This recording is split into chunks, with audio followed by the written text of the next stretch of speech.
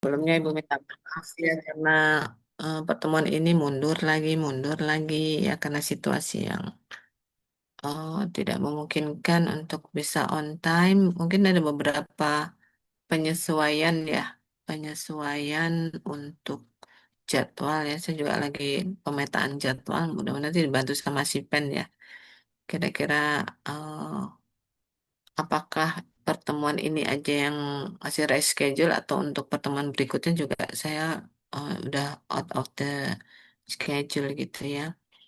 Baik, mungkin ini sangat berat buat kalian sebenarnya ya kuliah malam. Tapi eh, saya minta izin juga dari si Pen bersedia, ya ayolah ya. Minimal satu pertemuan ini kita bisa laksanakan, jadi saya nggak akan panjang lebar. Mungkin apa yang saya sampaikan ini sifatnya untuk ya, men-trigger kalian untuk bisa apa, menggali lebih dalam ya, karena dari tatap muka ini ada mm, terstruktur, kemudian ada apa mandirinya itu dikerjakan di luar tatap muka. Nah, saya coba kita mulai aja. Mana dia ya? Sebentar ya, share screen. Tadi itu Ibu udah siap sebenarnya jam-jam sesuai jam 14.40. Ibu minta jam 3 buka laptop sebagainya, nggak tahunya laptopnya nggak nangkep sinyal. Ya, akhirnya nggak tahu masalahnya apa. Setelah ditelusuri, rupanya eh, HP saya memblok sinyal ini ke laptop. Itu baru tahunya setelahnya. Ya sudahlah. Jadi tetap aja jam segini. Oke lah ya, mudah-mudahan bisa dipahami ya. Ini saya cari share screen-nya di mana ya? Oh ini dia. Hmm. Oh ternyata belum kebuka. Tunggu ya.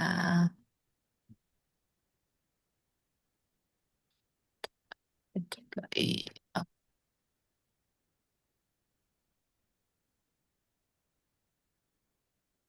Ini agak lama kita kita tidak menemui Zoom. Ini Zoom-nya Zoom mandiri ya dari kelas.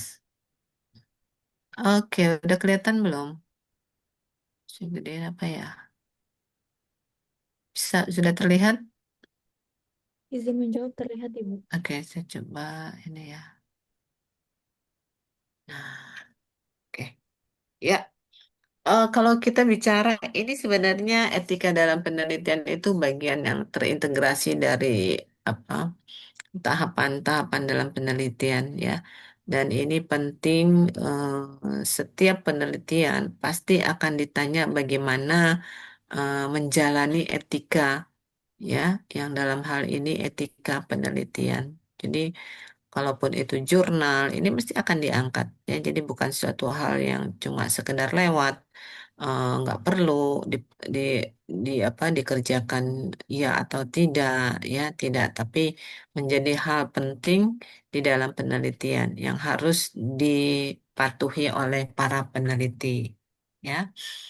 Nah, kalau bicara tentang pengertian sendiri, ini hampir sama ya di setiap etika dimanapun itu sama, merupakan prinsip moral ya yang mengatur perilaku penelitian dalam perencanaan, pelaksanaan, dan pelaporan penelitian. Jadi di setiap tahapan penelitian, etika itu sudah diterapkan. Ya, prinsip-prinsip moral yang ada dalam etika itu sudah mulai berfungsi, ya.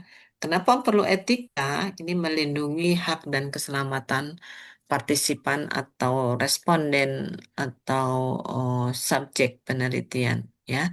Kemudian menjaga integritas dan kejujuran ilmiah serta menjamin kepercayaan publik terhadap penelitian. Jadi penting banget ya, karena tanpa adanya etika publik tidak percaya untuk apa teliti ya, publikasi yang ada udah dianggap sebelah mata ya, karena secara etika dia sudah melanggar. Nah, itu kira-kira seperti itu. Nah, kemudian di dalam etika penelitian, untuk bisa keluar ethical clearance atau persetujuan etik, itu harus ada badan yang mengeluarkan ethical clearance. Ya, dalam hal ini kita menyebutnya sebagai Komite Etik Penelitian. Ya, jadi Komite Etik ini merupakan badan independen yang menilai kelayakan etis suatu penelitian. Jadi dia tidak di bawah suatu organisasi, tetapi secara fungsional dia punya otonomi sendiri, ya, independen. Dia tidak akan dipengaruhi oleh apa unsur-unsur lain yang bisa mempengaruhi keputusan.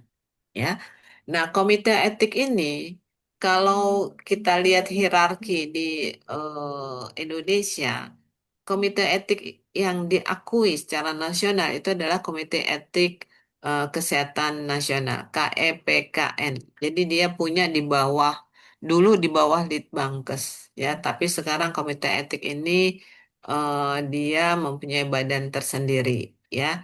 Dan Komite Etik KEPKN yang nasional itu dialah yang mengatur bagaimana apa prosedur atau organisasi komisi etik di setiap institusi di Indonesia, ya. Salah satunya institusi yang bisa menyelenggarakan atau memiliki komite etik itu Poltekkes, ya, termasuk di kita Poltekkes Jakarta 3. Jadi kita di bawah KEPKN itu akan diawasi pelaksanaannya, ya, dan sekarang masih dalam tahap untuk akreditasi.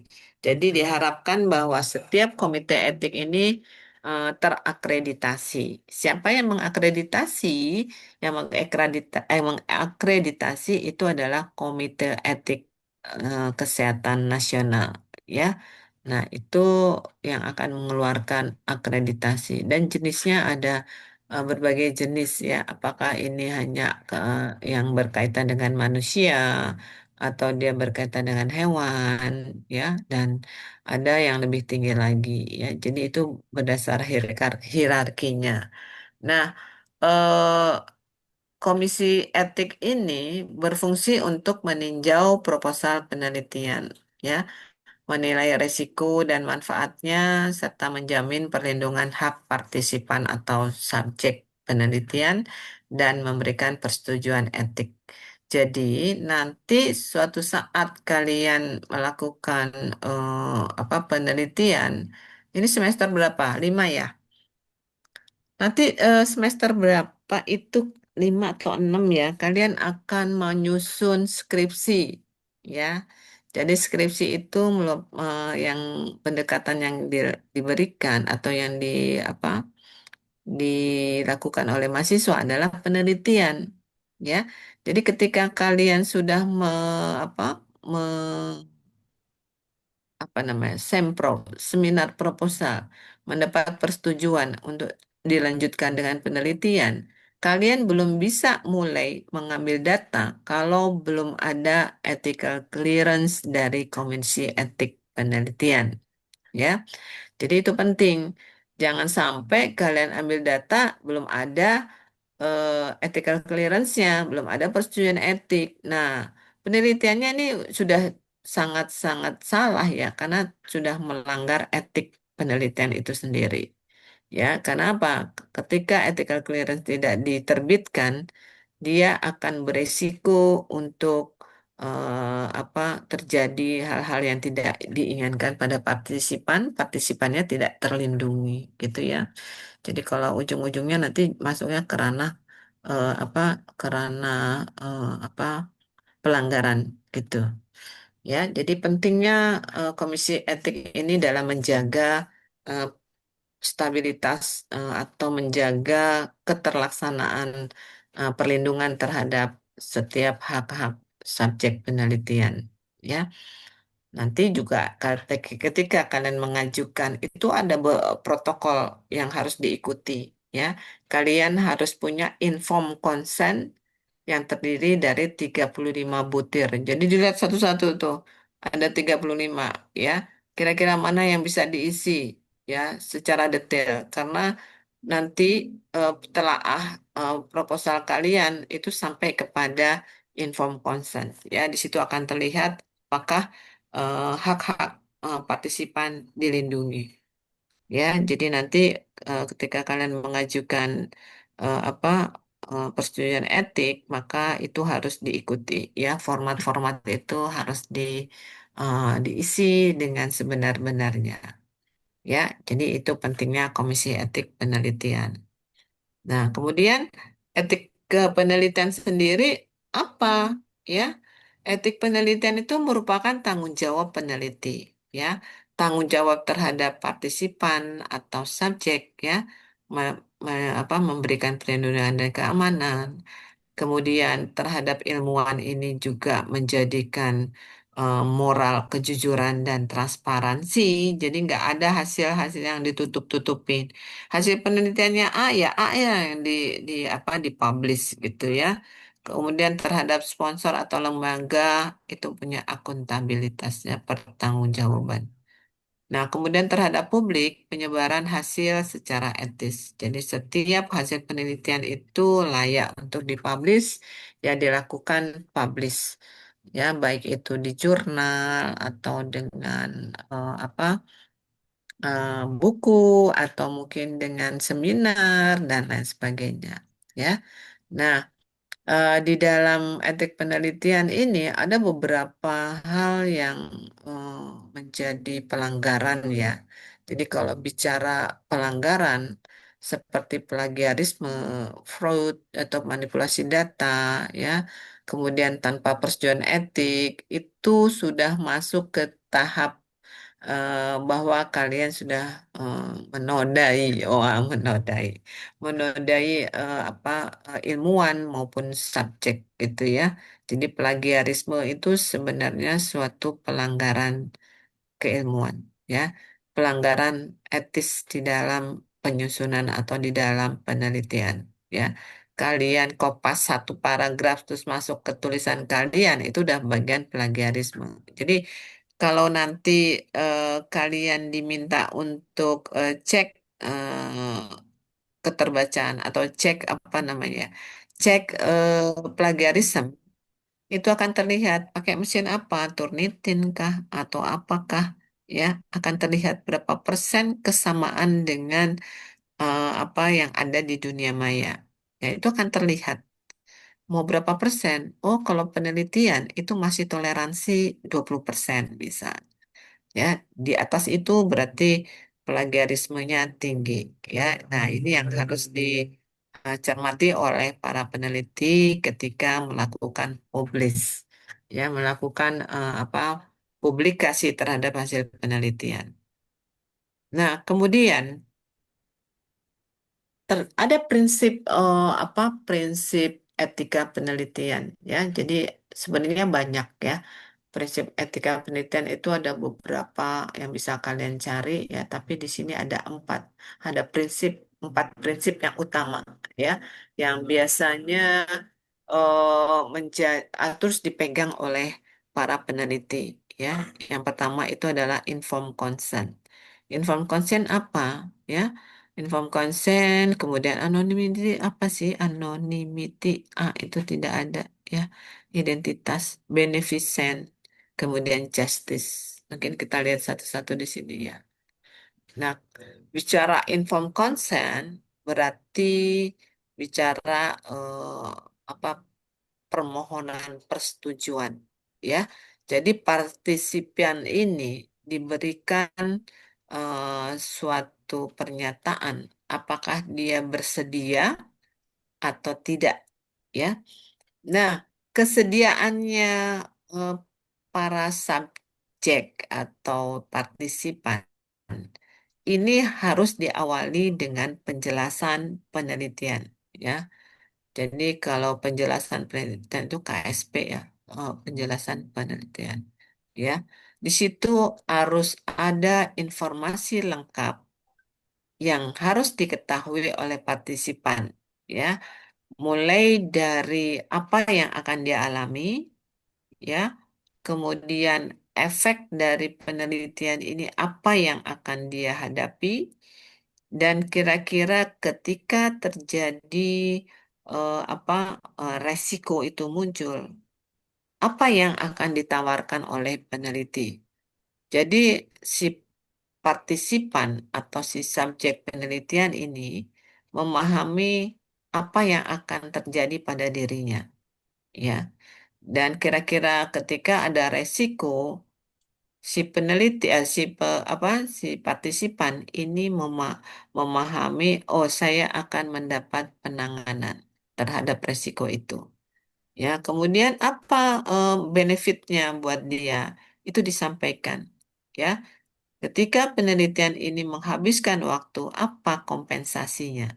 Ya, jadi kompensasi itu diberikan secara layak, bukan suatu bujukan, ya, bukan suatu apa langkah untuk membuat si subjek ini bersedia dengan iming-iming, ya. Nah, itu yang tidak boleh. Tetapi memberikan kompensasi secara wajar itu masih diperbolehkan, ya. Jadi ketika informasi lengkap ini sudah difahami, baru berikan informed consent. Setelah pernyataan informed consent, setelah membaca lengkap apa yang disampaikan oleh peneliti, maka saya bersedia atau tidak bersedia, ya, menjadi responden di dalam penelitian. Nah, seperti itu. Jadi kalau itu lembar inform consent belum ada, maka kalian tidak boleh mendobrak langsung melakukan penelitian. Karena ketika itu diketahui atau ditemukan, ya, ini akan menjadi eh, seperti do nothing, ya, nggak bermakna. Apa yang sudah kalian lakukan itu sudah tidak bisa sudah tidak bisa dianggap sebagai suatu penelitian. Ya, jadi pelanggaran etik. Dan ini tidak main-main, ya. Bisa jadi penelitiannya dianulir gitu, ya. Nah, itu pentingnya informed consent. Jadi sebelum mengambil data, ya, sebelum melakukan penelitian, informed consent sudah dipegang oleh para peneliti, ya. Dan ini menjadi dokumen penting, ya. Nah, kemudian prinsip etik yang lain itu anonymity, ya. Jadi si identitas identitas responden ini tidak diketahui oleh peneliti, ya. Atau katakanlah bahwa peneliti, ya, mengkeep identitas responden supaya tidak diketahui oleh orang yang tidak berkepentingan. Itu harus dijaga oleh peneliti, ya. Untuk penelitian tertentu, misalnya penelitian RCT, ya, atau randomized control trial, ataukah yang bentuknya eksperimen, dia peneliti akan tidak tahu ini diberikan siapa yang diberikan apa obat A, siapa yang diberikan obat B, atau siapa yang diberikan placebo. Jadi itu blinded, ya. Jadi peneliti tidak tahu. Nah, itu anonymity, ya. Intinya bahwa eh data yang diperoleh oleh peneliti itu tidak akan di apa tidak akan bisa ditelusuri kembali, gitu, ya. Jadi ini milik siapa sih? Ya, itu kalau misalnya ada yang iseng, ini kok gini ya, apa data yang diberikan gak bisa nih kayak gini, ekstrim banget, terus dikejar siapa ini. Nah, itu namanya tidak anonymity, ya, karena si responden akan ketahuan dia yang memberikan pernyataan-pernyataan, ya. Biasanya kalau di dalam penelitian apa responden mengisi kuesionernya itu tanpa nama, ya, misalnya, atau kan ataukah dengan dengan data awal dia dengan nama, tetapi peneliti akan memberikan coding. Sehingga ketika dia mulai diproses, yang memproses data tidak tahu siapa itu. Karena peneliti sudah memegang anonymity, haknya anonymity itu dipegang oleh peneliti. Sehingga hanya peneliti yang tahu siapa yang mengisi itu. Ya, orang lain hanya tahu ini coding, dikode, dikasih kode supaya tidak terlihat identitasnya, gitu ya. Nah, kemudian data tidak dapat ditelusuri kembali ke individu, ya. Jadi data ini hanya di-keep oleh peneliti dan peneliti sendiri apa tidak mengetahui apa keberadaan dari apa si responden. Ini sangat sangat tergantung dari jenis penelitiannya, ya. Jadi kalau itu studi kasus ya tentunya diketahui, tapi anonimitinya bahwa si individu yang dilakukan atau yang menjadi subjek penelitian ini itu tidak akan disebar ke siapapun, ya. Jadi hanya peneliti saja yang tahu. Dan privasi kerahasiaan dijaga ketat, ya. Jadi ini menjadi hal yang harus dipahami oleh peneliti, ya. Nah, kemudian beneficence, ya. Beneficence ini memberikan manfaat lebih besar dari resikonya, ya. Jadi eh, apa manfaat itu harusnya itu lebih besar dari resiko yang kemungkinan terjadi, ya. Jadi ketika kita melakukan penelitian, kemudian kalian mengajukan apa kepada komisi etik untuk bisa keluar, terus komisi etik akan menelaah, ya, menelaah apakah menurut si peneliti manfaatnya lebih besar dari resikonya. Tapi setelah di apa telaah oleh reviewer dari komisi etik, lah ini respondennya responden dengan responden yang istilahnya apa ya? Responden yang masuk ke apa ke kelompok yang vulnerable atau kelompok yang eh, rentan, ya. Nah, perlakuannya terhadap kelompok rentan ini itu disamakan dengan kelompok yang aman gitu ya.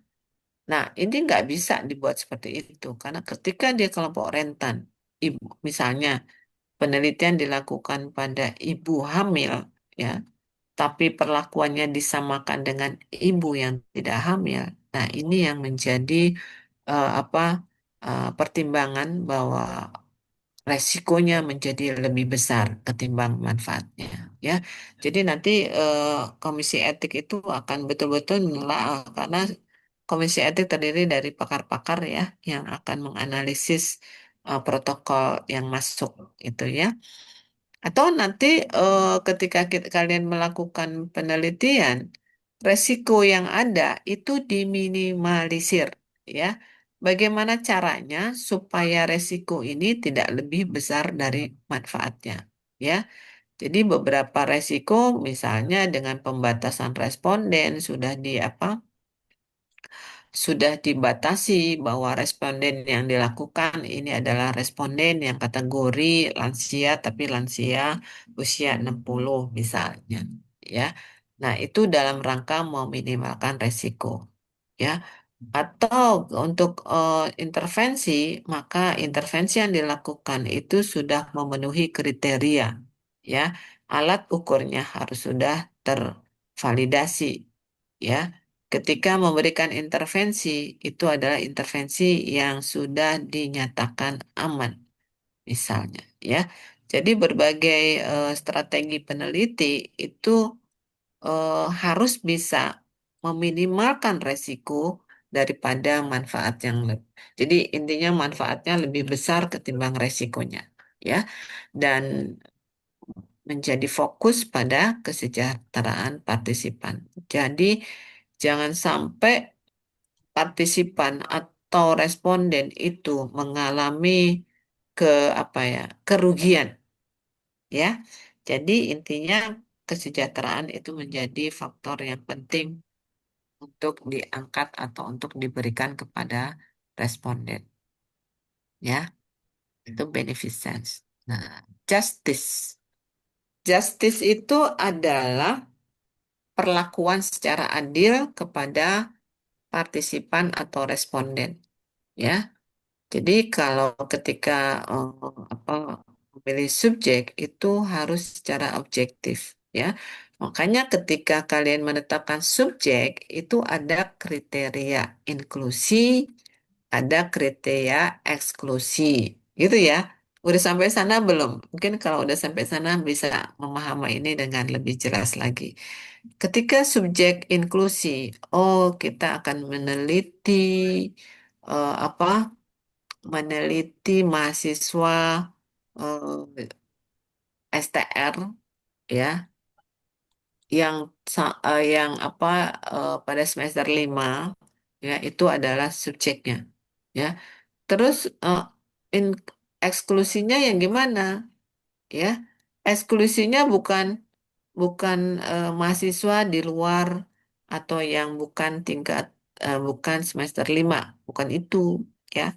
Jadi eksklusi itu adalah dia secara kriteria memenuhi, tetapi ada suatu kondisi yang tidak bisa suatu ada adanya kondisi yang menyebabkan dia tidak bisa menjadi partisipan ya misalnya semester 5 oke udah benar semester 5 mahasiswa keperawatan tapi dia memenuhi kriteria kan cuma ini nggak bisa diikutin kenapa karena kondisi saat ini dia mengalami sakit jadi yang eksklusi adalah mahasiswa semester 5 yang mengalami gangguan kesehatan gitu ya.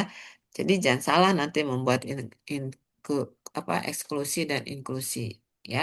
Nah, itu yang kita sebut sebagai pemilihan subjek secara objektif ya. Kemudian manfaat dan beban penelitian dibagi secara proporsional ya. Nah, sekarang subjek ketika kalian melakukan penelitian dengan dua kelompok, satu kelompok kontrol, satu kelompok intervensi. Yang jelas, kelompok intervensi diberikan intervensi sesuai dengan apa? Sesuai dengan apa yang menjadi eh, konteks penelitian ya berikan edukatif yang satu dengan model edukasi yang biasa ya. Nah, terus ini adil nggak dengan apa respon yang seperti ini ya. Nah, berarti peneliti tidak memberikan keadilan pada kedua kelompok ini ya. Harusnya kelompok yang tidak diintervensi yang menggunakan intervensi edukasi yang inovatif misalnya ya. Nah,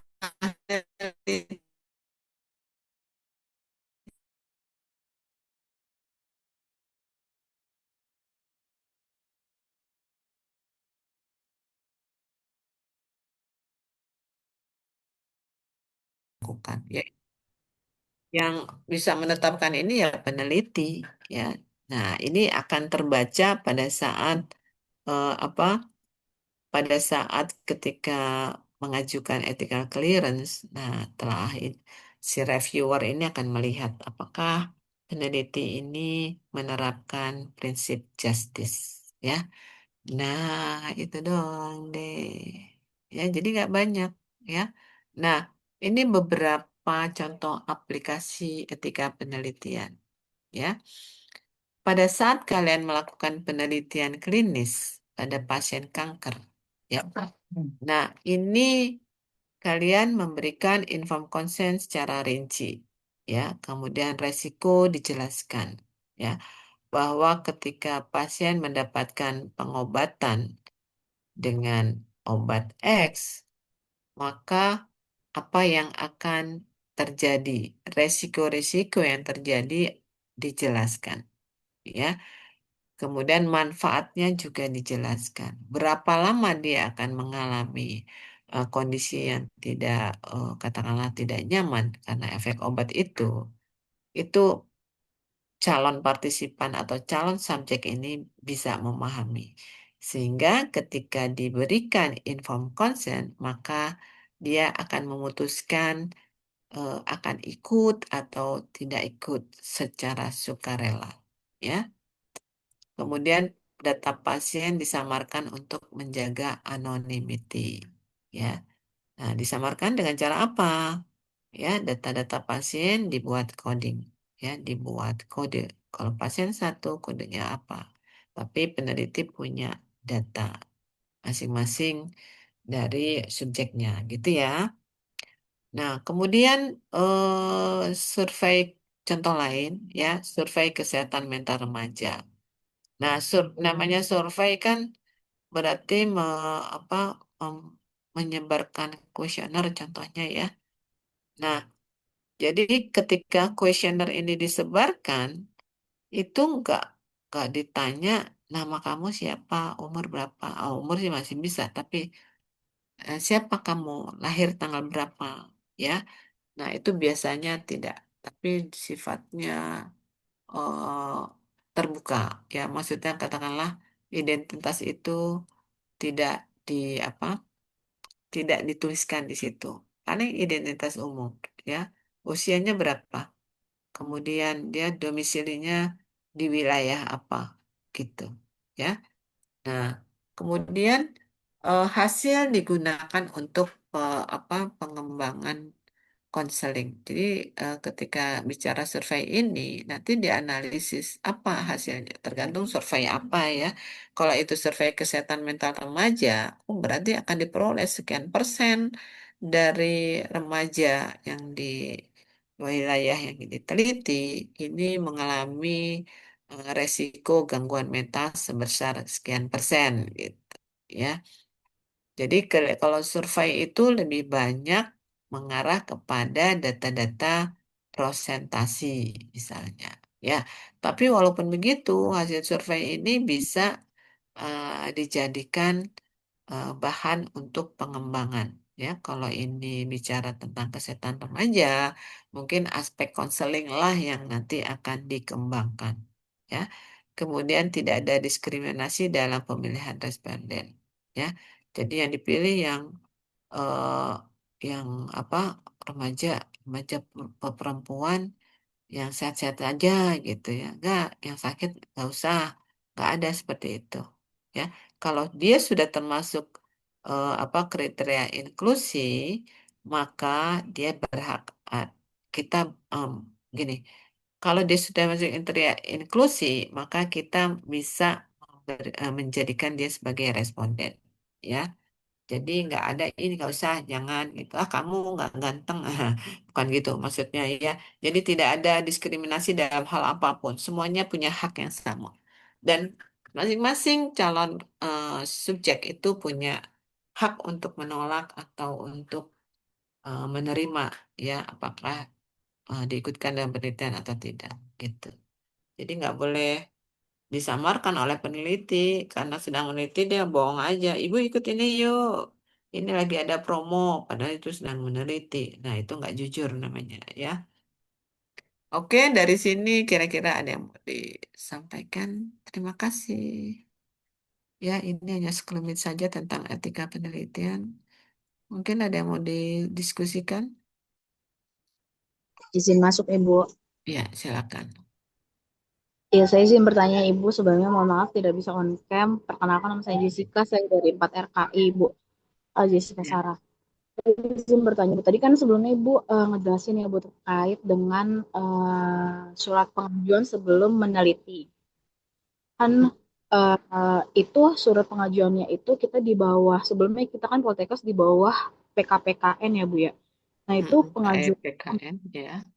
ya, kita tuh pengajuan surat tersebut itu kemana ya Bu? Apakah karena kita di bawah PKPKN itu kita mengajukan ke situ atau ada tembusan lain gitu Bu. Sama kan kita nanti penelitiannya itu kan ada yang ke kecamatan, ke kecamatan, ke puskes sama ada yang KRS ya Bu ya. Mm-mm. Apakah ada surat yang harus dibikin lagi sebelum melakukan penelitian selain surat itu atau enggak Ibu atau perlu ditambahkan tembusan kemana lagi kayak gitu Ibu.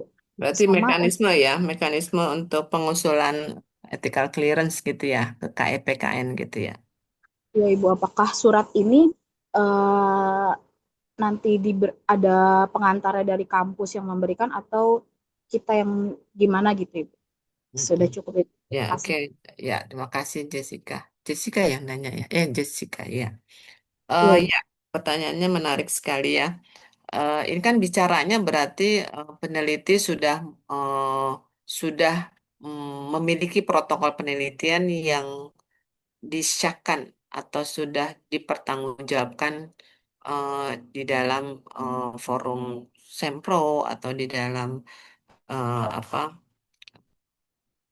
apa situasi yang menyerupai ya, yang jelas bahwa ini sudah dianalisis oleh apalagi mahasiswa ya, berarti sudah diujikan dan layak untuk diteliti, maka langkah berikutnya adalah mengajukan ethical clearance ya.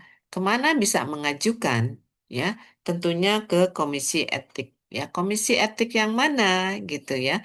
Komisi etik yang mana itu terserah dari peneliti ya. Semua komisi etik itu akan di bawah Komisi Etik Kesehatan Nasional ya. KEPKN itu adalah yang memayungi semua komisi etik, mau itu di universitas, mau itu di Poltekkes ya. Nah, itu semuanya dinaungi. Jadi dia punya punya mekanisme untuk apa monitoring dan evaluasi ya. Mereka punya mekanisme itu. Dan kita pun sebagai apa komisi etik di setiap institusi itu harus diakreditasi ya.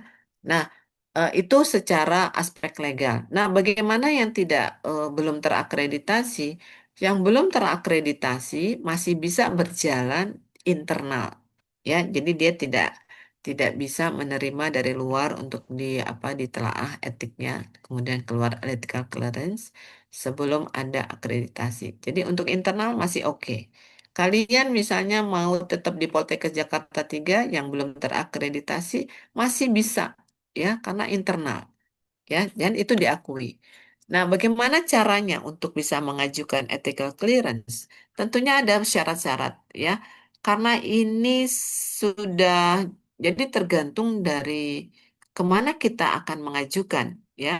Kalau di Poltekkes Jakarta 3 di setara dengan Poltekkes ya. Dan ini sama aturannya di tingkat nasional juga, bahwa setiap usulan itu harus ada surat pengantar.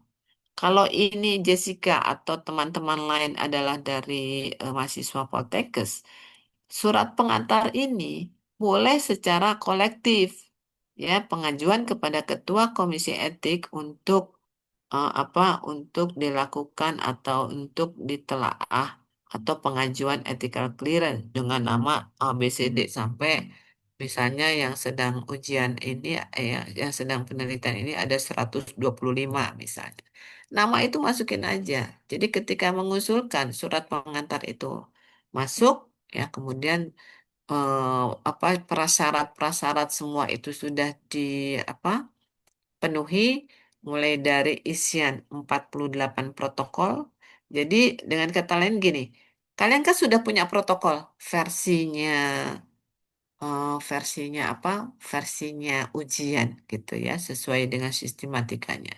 Tetapi ketika kalian mengajukan ke Komisi Etik, maka itu harus dirubah formatnya menjadi 48 protokol.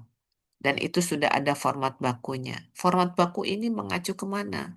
Jadi KEPKN itu dia punya rujukannya ke CIOM, ke WHO, jadi sehingga ada protokol dan itu sama untuk setiap komisi etik ya usulannya. Diisi sesuai dengan kondisinya, jadi dipindahkan lagi. ya. Nah, itu saja sebenarnya. Jadi untuk bisa mengeluarkan ethical clearance pada institusi itu cukup dengan surat pengantar, ya. Beda halnya ketika kalian ingin mengajukan pengambilan data, misalnya di masyarakat atau di rumah sakit. Nah, masing-masing itu kayak Jakarta aja. Jakarta itu sudah punya sistem apa ya, aplikasi PPID gitu. Nah, untuk mengajukan penelitian di wilayahnya, salah satunya adalah adanya apa, lolos ethical clearance, ya, dari mana aja dia nggak masalah, ya, yang penting ada keluar itu. Nah, itu yang harus menjadi lampiran, ya, itu wilayah di mana kita mau melakukan penelitian. Jadi seperti itu. Jadi nggak perlu harus ada tembusan kemana-kemana, nggak cukup. Kalau di dalam eh, pengajuan ethical clearance cukup surat pengantar, ya. Kemudian kalau dia mahasiswa ada pernyataan dari penguji atau pembimbing bahwa ini sudah layak untuk diteliti. Nah, itu itu untuk yang mahasiswa, ya, sehingga bahwa eh, penelaah di Komisi Etik ini yakin bahwa ini sudah melalui proses apa, bimbingan, ujian dan sebagainya. Kira-kira Jessica menjawab nggak? Iya, sudah Ibu. Terima kasih banyak. Ya, jadi nanti pada saat kalian skripsi, eh, dari Komisi Etik sendiri akan ada sosialisasi terlebih dahulu sehingga paham apa sih yang mau diisi, karena ada self assessment, ya, ada 7 assessment yang harus diisi oleh si peneliti. Nanti mengisi 48 protokol gitu. Nah, itu yang menjadi apa? Terus inform consent juga dirubah bentuknya menjadi 35 butir, ya. Nah, seperti itu supaya nanti kelihatan, ya, apakah aspek etiknya ini sudah dijalani atau belum. Gitu. Ada lagi? Mungkin yang perlu nanti kalian pahami yaitu, ya, saya akan kasih penugasan. Ini nggak akan lama-lama di sini, ya. Kalian juga udah lelah. Tapi saya nggak banyak-banyak penugasannya. Ada 6 kasus, ya. 6 kasus, silakan masing-masing kelompok membahas dan mengisi, ya. Tidak usah lama-lama. Kalau sekarang diskusi, besok mau diskusi jam berapa? Ibu kasih waktu 1 hari untuk diskusi, ya. Senin sudah dikumpulkan, ya, simpel. Diskusi 10 menit juga kalian bisa. Ya, jadi habis itu kalian mulai berproses untuk diskusi setelah ini, ya. Ibu akan kirim melalui Sipennya yang ada di mana, ya? Grup grup Sipen ada. Karena saya kalau nggak dicolek sama Elang juga saya nggak tahu, ya, fokus saya sekarang lagi gavok aja gitu, ya. Ya, Ibu udah Izin Bu, dikasih tahu tapi saya nggak jawab gitu, ya. Jadi mohon dimaafkan. Ya, gimana, Elang? ya Ibu, untuk grup Sipennya ada juga kok Bu. Sudah nanti terintegrasi semuanya, sudah Nah, bisa di ini. ah, ah. Oke, nanti nanti ada yang angkat, ya, supaya Ibu bisa kirim penugasan dan materi ini ke grup gitu, ya, supaya nanti ditindaklanjuti. Terus Ibu minta ini hanya sekedar trigger dari Ibu, tapi untuk kalian harus bisa menggali lebih dalam lagi, ya, tentang etika maaf, tentang etika penelitian, gitu, ya. Jadi tidak akan puas dengan apa yang saya sampaikan. Gitu. Oke, saya rasa cukup, ya. Ibu izin bertanya, Ibu. Oh iya, silakan. Ya, terkait 6 kasus ini berarti satu kelompok satu kasus seperti itu ya, Bu ya? Ya, satu aja. Baik. Kecuali kalau mau, nggak, Bu, kita mau semuanya boleh. Tidak, Ibu. Terima kasih, Ibu. Kamu mah. Ya udah, ya. Satu kasus satu aja kan ada 6. Gitu, ya. Ya udah, jadi satu yang nomor satu, nomor satu, nomor dua kayak gitu. Nah, nanti tolong dimasukkan di dalam Google Drive. Ya, Google Drive-nya satu kali, ya. Ada kan Google Drive-nya, jangan masing-masing gitu. satu Google Drive, jadi nanti dosennya juga gampang nyarinya gitu ya. Satu Google Drive, tapi di situ ada kelas A, kelas B, kelas KI gitu. Ya, kelas RPL. Di sini RPL bergabung nggak? Ada yang ikut RPL? Ada Ibu. Mbak Leli ya, Mbak Leli ada nih. Ya, mudah-mudahan ikut semua ya. Ini juga sebenarnya RPL-nya mestinya misah gitu ya, tapi karena waktu mungkin apa kesalahan ada di saya, jadi saya belum bisa mengatur ya, mengatur waktunya. Ya, dengan berat hati kita bergabung di sini. Ya, tapi mudah-mudahan sih tidak mengurangi konsentrasi kalian gitu ya. Oke, silakan udah mau di SS? Ya, Ibu izin untuk SS. Silakan. Jadi nanti kalau